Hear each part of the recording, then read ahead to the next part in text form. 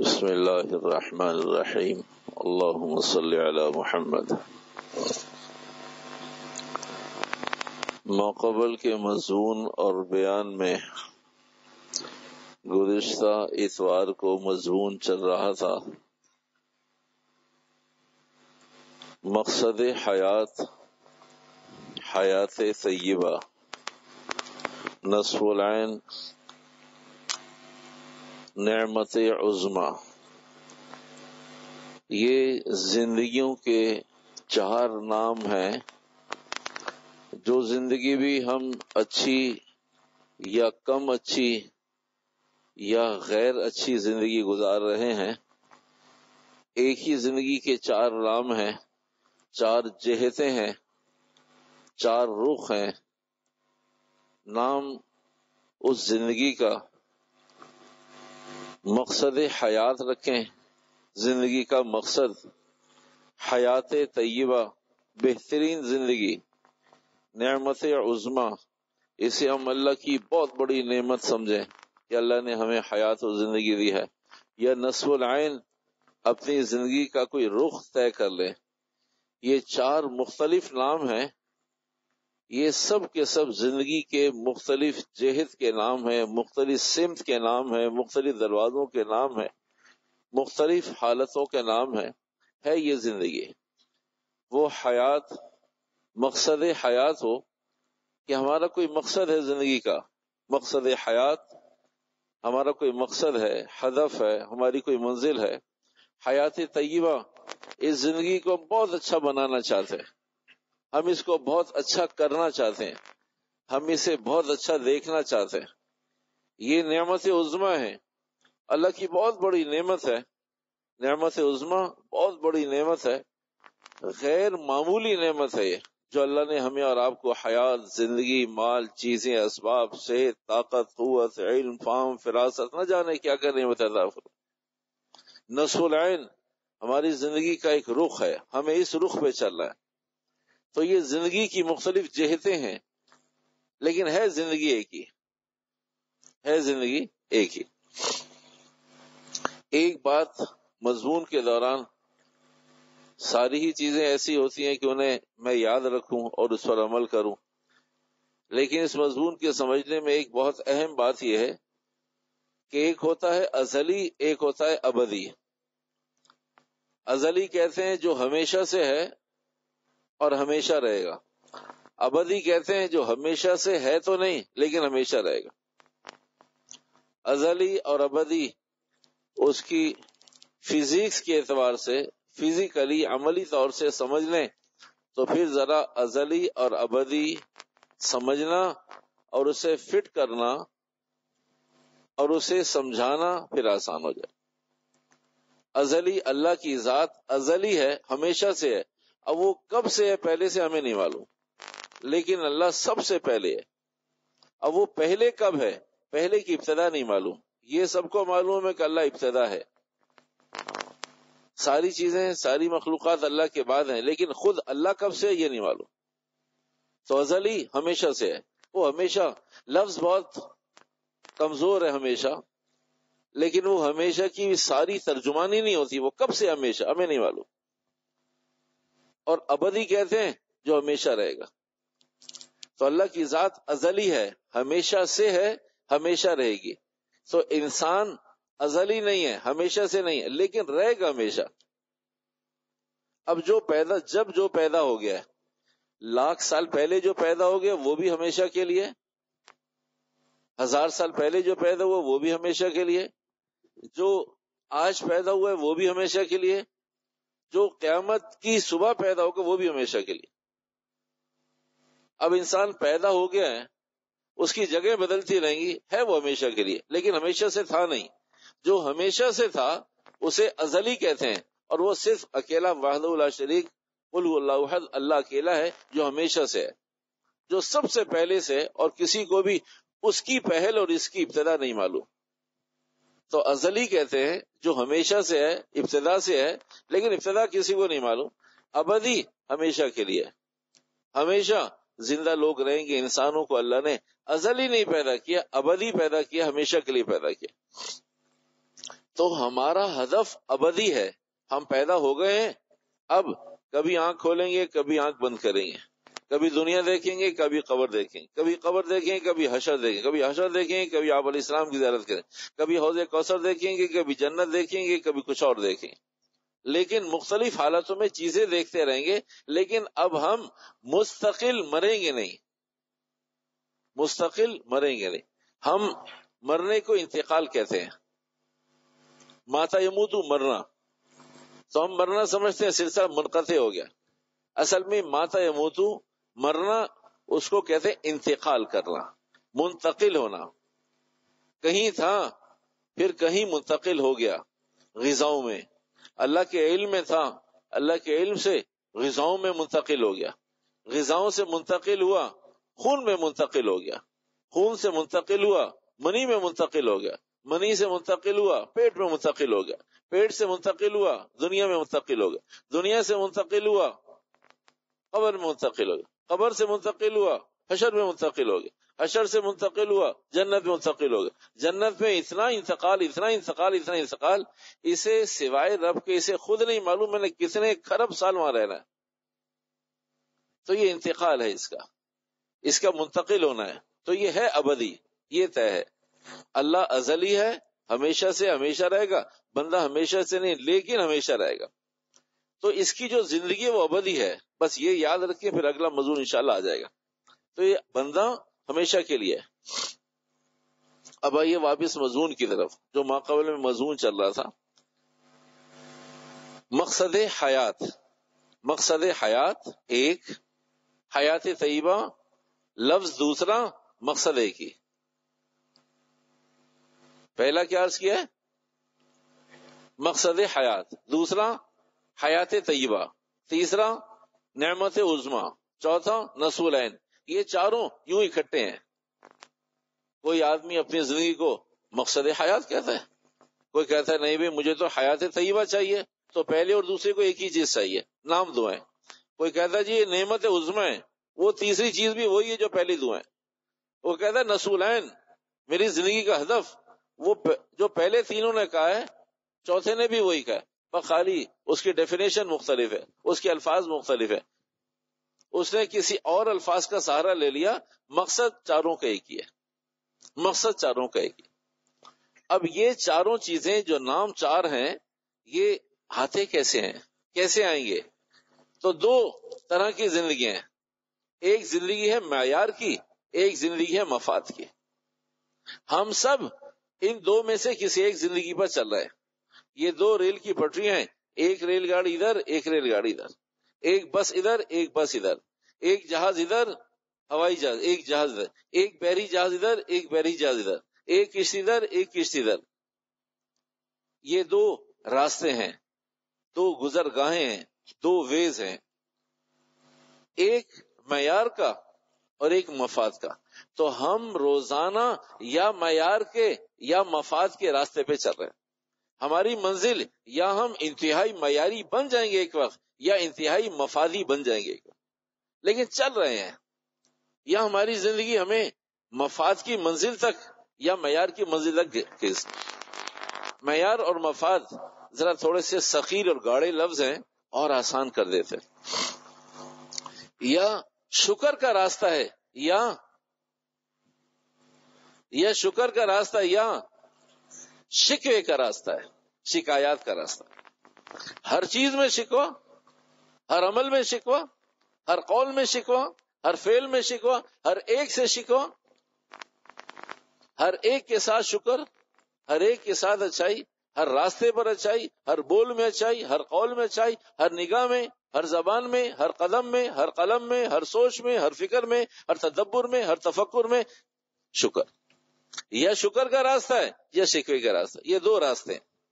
ہم میں سے ہر آدمی، دنیا کا کوئی زندہ آدمی کسی تیسرے راستے پہ نہیں چل رہا.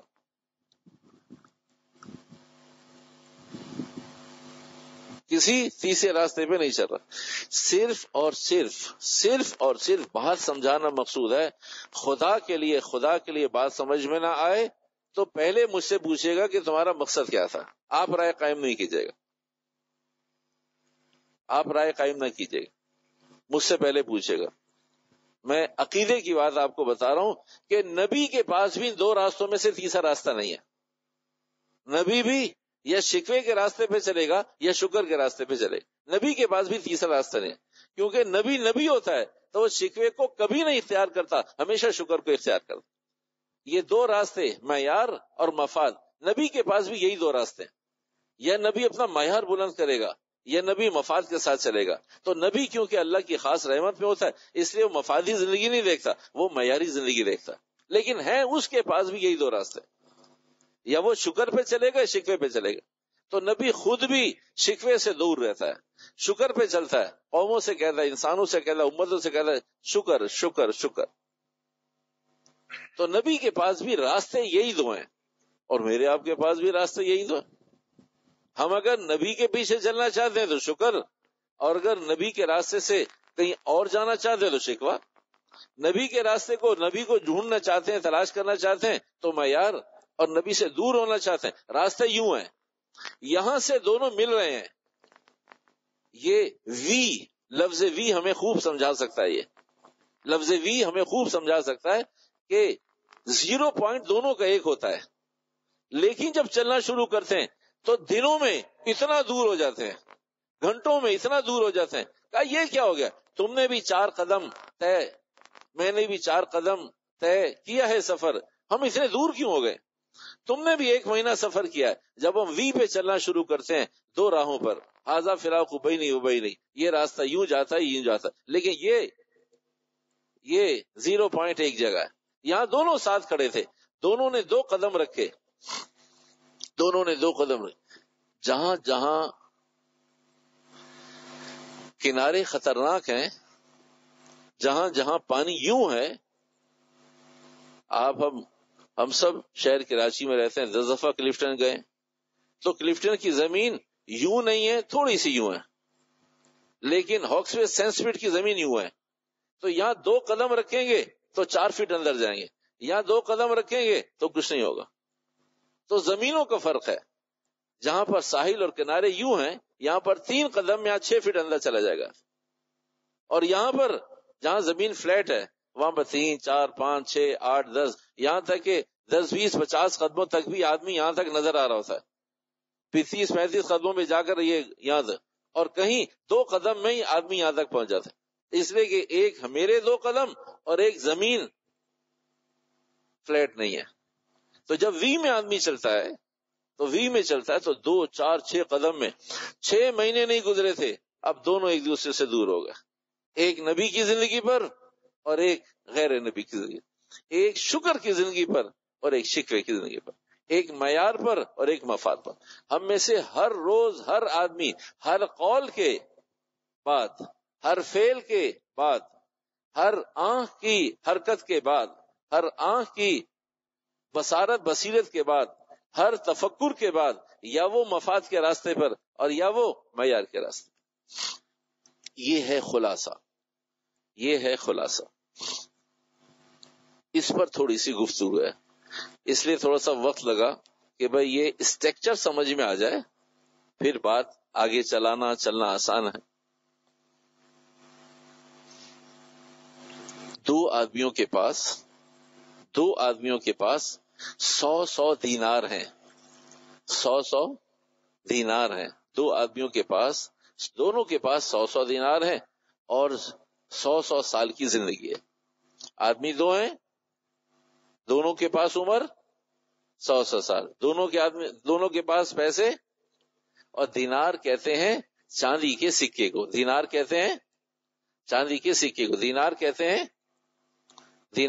ہیں مجھے آواز نہیں آ رہی ہے. دینار کہتے ہیں,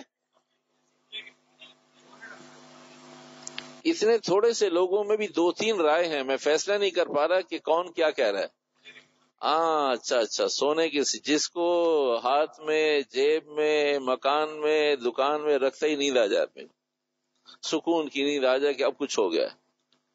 تو بھائی دینار سونے کے سکے کو کہتے ہیں. فقر و فاقہ جاگنے کے سکے کو کہتے ہیں. تو سونے کے سکے کو, گولڈ کے سکے کو دینار کہتے ہیں, چاندی کے سکے کو درہم کہتے ہیں.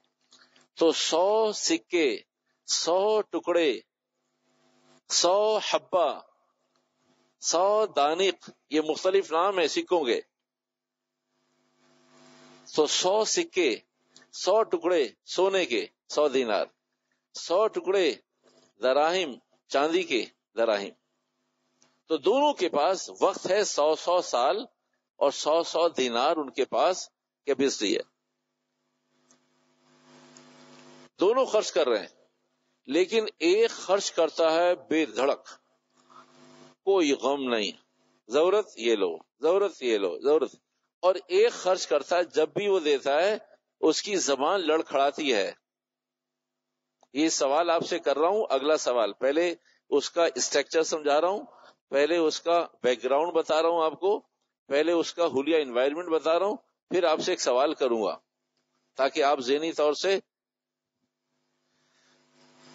جواب دینے کے لیے میں اور آپ تیار ہوں.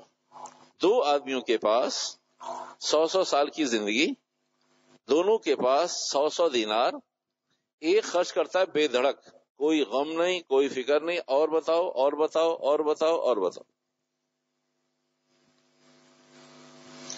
اور بتاؤ پہ ایک بات یاد آ گئی، ہمارے مضمون کا حصہ نہیں لیکن پروفیشنل آدمی ہوتا ہے. دہلی کالونی میں ایک دکاندار ہے، ایک دکاندار ہے، نام اس کا ہے فیصل بھائی.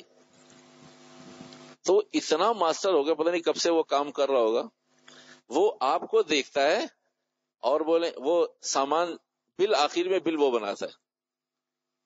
تو یہ میری صحیح بھی اور غلط بھی دونوں رائے ہو سکتی ہیں.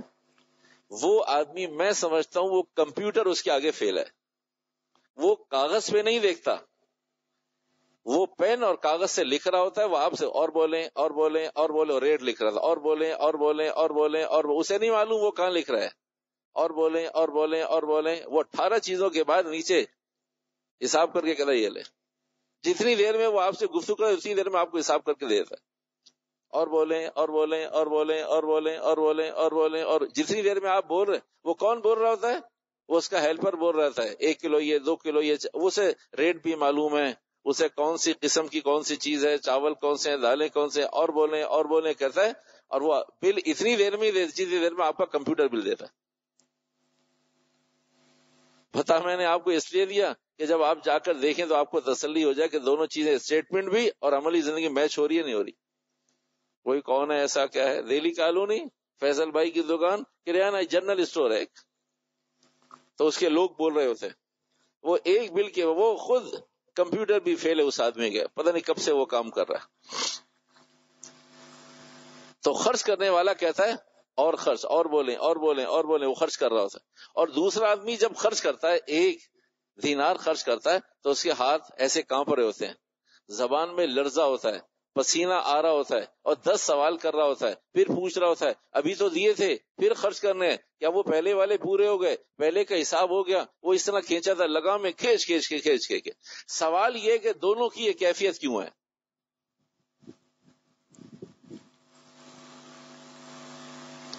اچھا، جواب تو بات کی چیز ہے.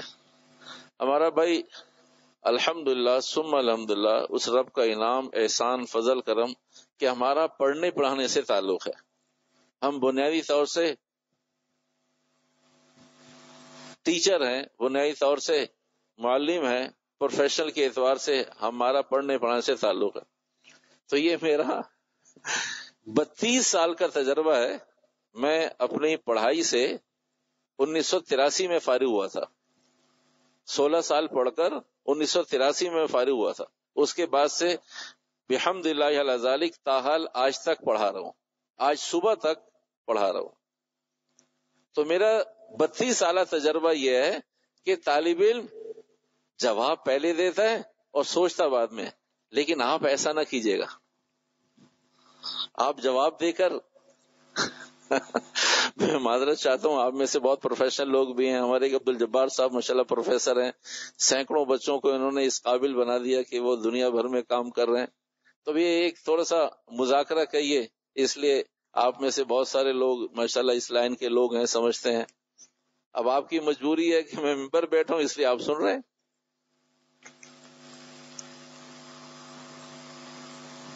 تو اگر آپ کو سوال سمجھ میں آؤ گا تو ضرور جواب دیجیے، اگر سوال سمجھ میں نہ آئے تو بتائیں، میں دوبارہ دہراؤں گا. ہم آگے مضمون کو نہیں چلائیں گے. کوئی مضمون فرض اور واجب تھوڑی ہے کہ پونے گھنٹے کا بیان پورا ہو، نہیں ہو کوئی بات نہیں، یہی ختم کر دیں گے. جو بات سمجھ میں آئی ٹھیک ہے، نہیں سمجھ میں آئی پھر دوبارہ سوال بتاؤں یا جواب بتا دوں؟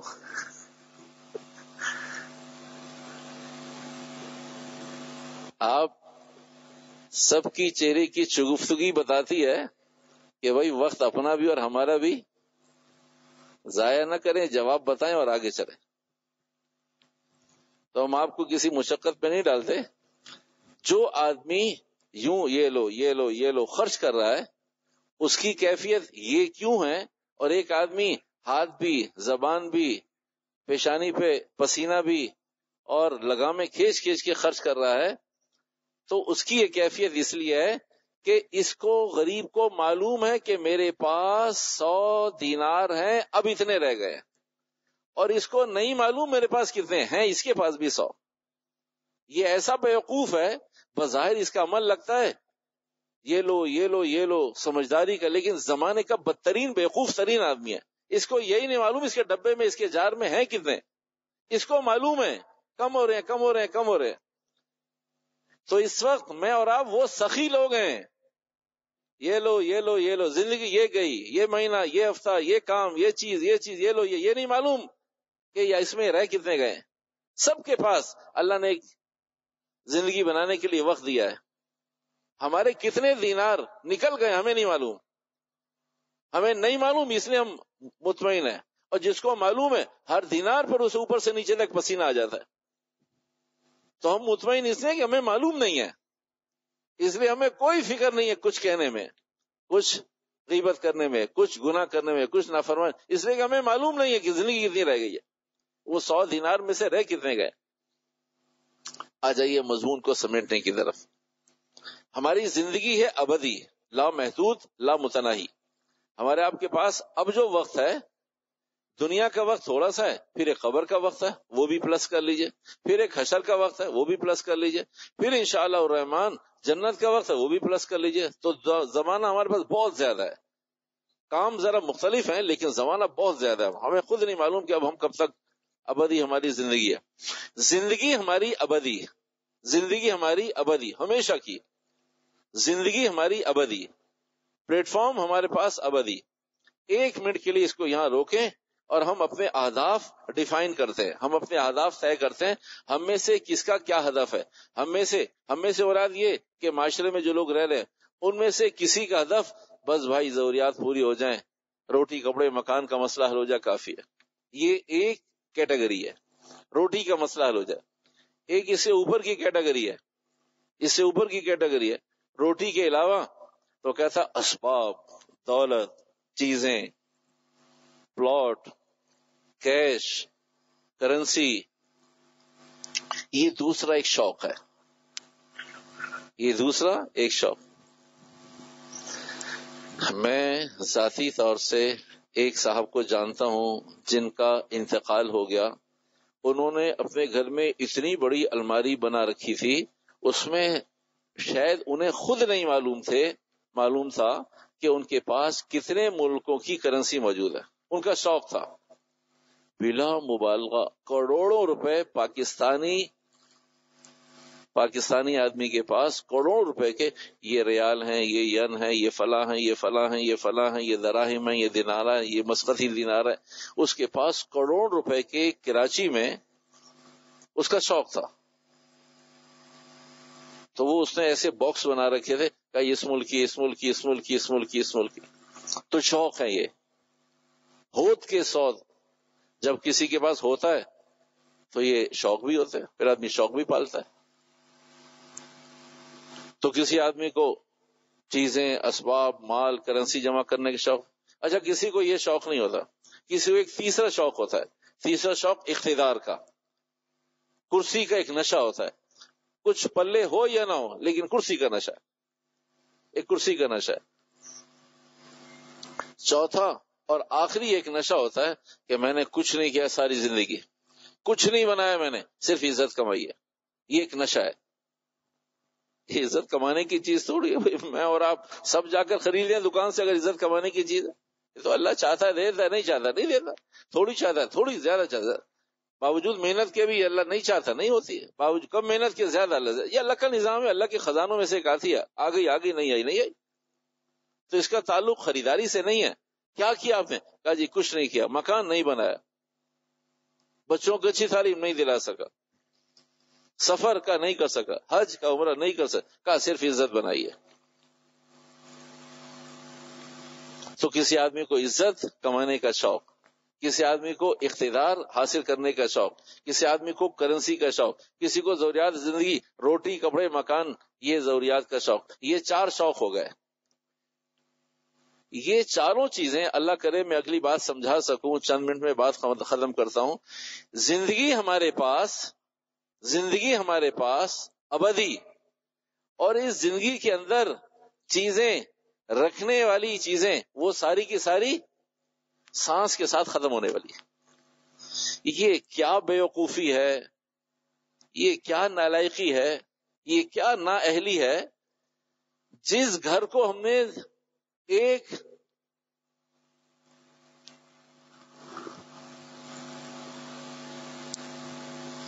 اتنا بڑا گھر حد نگاہ تک, اتنا بڑا گھر 5.5 6 1 فرلانگ اور 1 کلومیٹر تک حد نظر تک, کیا یہ فلاں صاحب کا گھر ہے محل ہے, اور اس میں کوئی سامان ہے؟ کہا نہیں گھر خالی ہے.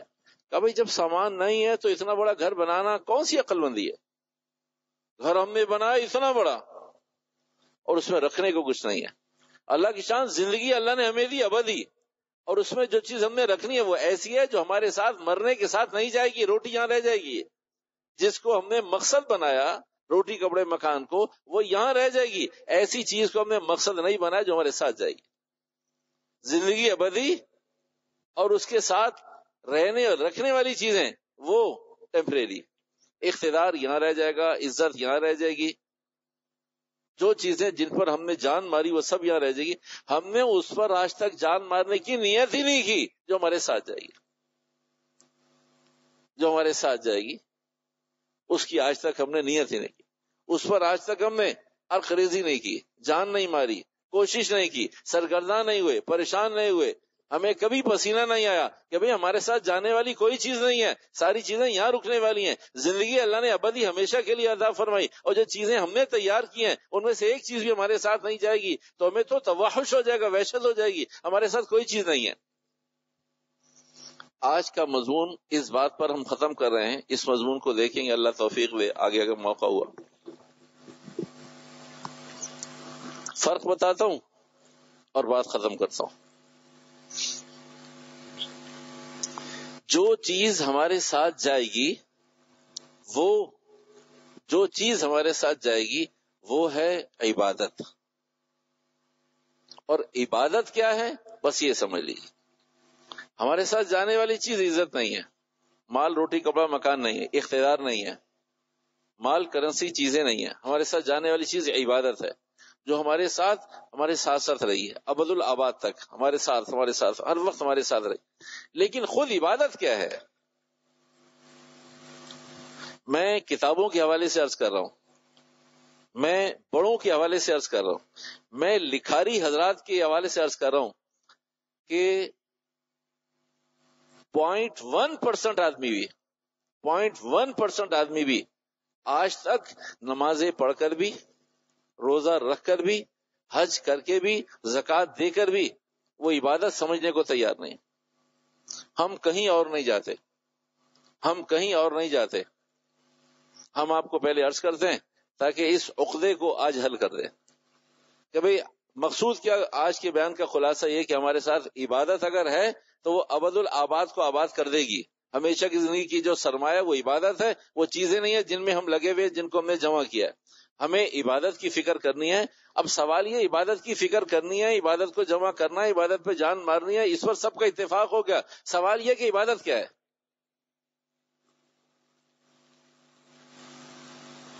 سوال یہ کہ عبادت کیا ہے؟ اچھا آپ نہ کہیں, میں بتا دوں, پھر آپ مجھ سے اتفاق کیجئے. نماز پڑھنا عبادت ہے نہیں ہے؟ ہاں بھائی, روزہ رکھنا عبادت ہے یا نہیں؟ سجدہ عبادت ہے یا نہیں؟ ہے یا نہیں؟ اگر نماز پڑھنا عبادت ہے، اگر نماز پڑھنا عبادت ہے تو پھر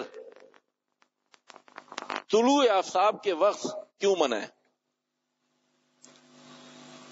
اس وقت کیوں عبادت کرنے نہیں دیتے؟ اگر سجدہ عبادت ہے، آپ مجھے کریں میں آپ کو کروں، تو کیوں منع کرتے ہیں؟ ابھی تو ہمارا اتفاق ہو گیا نا. اگر روزہ رکھنا عبادت ہے، عید کے دن کیوں منع کرتے ہیں؟ عید کے دن کیوں حرام اور ناجائز ہے؟ اگر زکوٰۃ دینا عبادت ہے تو باپ کو دینا کیوں گناہ ہے؟ باپ بیٹے کو کیوں دینا گناہ ہے؟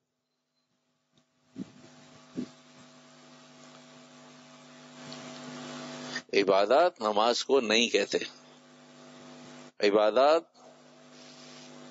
تلاوت کو الامان واللفظ معاذ اللہ استغفر اللہ کے ساتھ. اگر قرآن پڑھنا عبادت ہے تو بے وضو پڑھے، پھر وضو کے ساتھ کیوں پڑھے؟ جب عبادت ہے تو وضو کیوں کرنے کی ضرورت ہے؟ کہیں بھی آدمی ناپاک ہے، اسے غسل کی حاجت ہے، قرآن پاک پڑھے. وہ ہاتھ میں لے کر نہیں، زبانی بھی نہیں پڑھ سکتا. اگر کوئی ناپاک ہے، غسل واجب ہے تو وہ قرآن حکیم. اگر کوئی عورت ناپاک ہے، حیض و نفاس میں، تو اس کے لیے کتنا کھلا وقت ہے، تو اسے عبادت اور قرآن پاک پڑھنے کی اجازت ہے. تو بھائی جب یہ عبادت ہے تو منع کیوں ہے؟ عبادت نام ماننے کا ہے. اس وقت کرو سجدہ اور اس وقت مت کرو. جب کہا کرو اب عبادت ہے، جب کہا نہیں کرو تو نہیں کرنا عبادت ہے. کہا اس کو سجدہ کرو، یہ بیت اللہ ہے، اور اصل میں یہ اللہ نے حکم دیا کہ اس کی طرف منہ کرو، اور اصل میں اللہ کو سجدہ کرو. کسی اور پتھر کو کرو گے تو مشرک ہو جاؤ گے، اور بیت اللہ کی طرف منہ کر کے نماز پڑھو گے تو مشرک نہیں ہوگے. ہم نے کہہ دیا ہے اس پتھر کو سجدہ کر دو، کسی اور کو مت کرنا. تو ماننے کا نام عبادت ہے، کرنے کا نام عبادت نہیں ہے. ماننے کا نام عبادت ہے. دیکھو روزہ رکھو اور کل عید ہے، کل مت رکھنا. کہا جی آپ نے 29 روزے رکھوائے، 30 روزے رکھوائے، کل بھی رکھوں گا. نہیں بھائی، کل نہ رکھنا عبادت ہے، آج تک رکھنا عبادت ہے. تو آپ نے مانا تو عبادت بنی، نہیں مانا تو کفر بن گیا.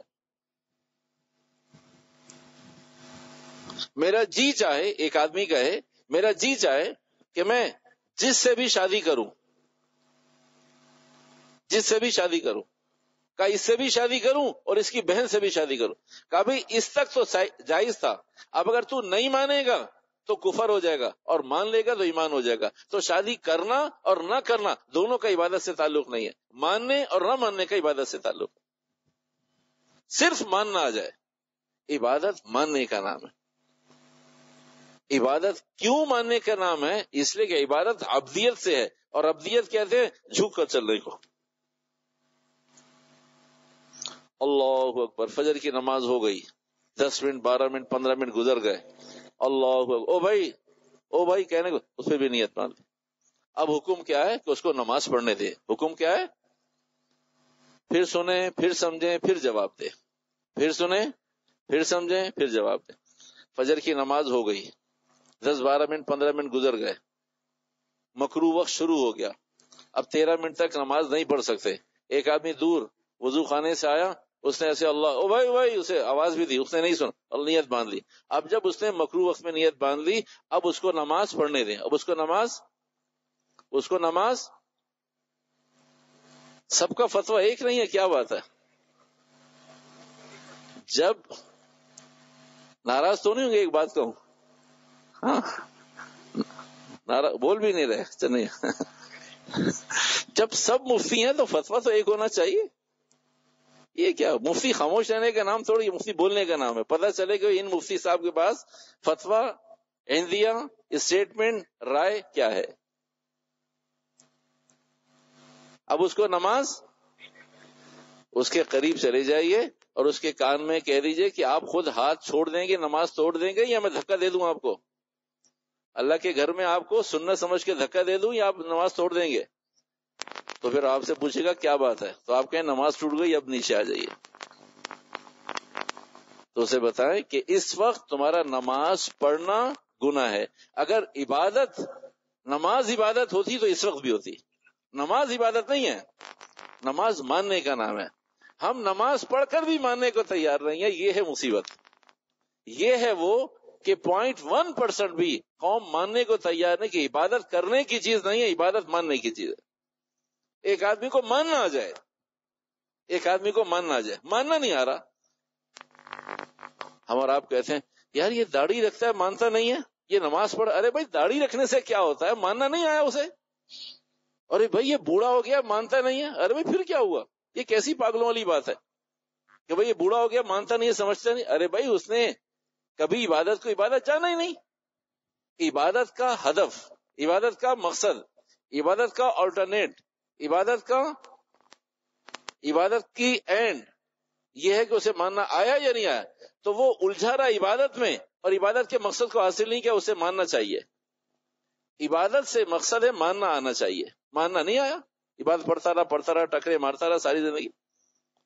میں اور آپ بھی کہیں ایسا نہ ہو کہ میں اور آپ بھی ٹکرے مار رہے ہوں، لوگ ہمیں اور آپ کو تانا دیں، کیا بات ہے بھائی داڑھی ٹوپی پگڑی قمیص شلوار ساری چیزیں پھر بھی مانتے نہیں۔ ارے بھائی ماننا اور چیز ہے، عبادت کرنا اور چیز ہے۔ مشرکین مکہ مانتے نہیں تھے لیکن بولیں لیکن عبادت کرتے تھے، حج کرتے تھے اور چوری کرتے تھے، حج کرتے تھے اور حاجی کو لوٹتے تھے، طواف کرتے تھے پھر ڈھونڈتے تھے کون سامان زیادہ لایا۔ اس زمانے میں مشرکین کا حال یہ تھا کہ لاٹھی رکھتے تھے اور لاٹھی کو الٹا کر کے لاٹھی کے جو کرب شاید اس سے کسی کا سامان کھینچ لیا اور سامان یوں پیچھے کیا کر رہے ہو؟ یہ حاجی پھنس گیا ہوگا سامان۔ یعنی حرم میں یہ حرکت کیا کرتے تھے، عبادت کرتے تھے مانتے نہ، کہا یہ چوری ہے، کہ بھائی پھنس گیا ہوگا، اگر دیکھ لیا تو پھنس گیا ہوگا، نہیں دیکھ لیا تو وہ کہیں چلا گیا ہوگا۔ حرم کے اندر مشرکین مکہ کچھ لوگ حجاج کی خدمت بھی کرتے تھے اور کچھ لوگ دیکھتے تھے کہ حاجی آ رہے ہیں، اب ان کے سامان کو آگے پیچھے کرنے کے مواقع آ گئے ہیں، تو خود بھی حج کرتے تھے، خود بھی نماز پڑھتے تھے۔ تو نماز پڑھنے سے چوری تھوڑی چھوٹ جائے گی، جب تک مانیں گے نہیں کہ نماز روکتی ہے پھر آدمی رک جائے۔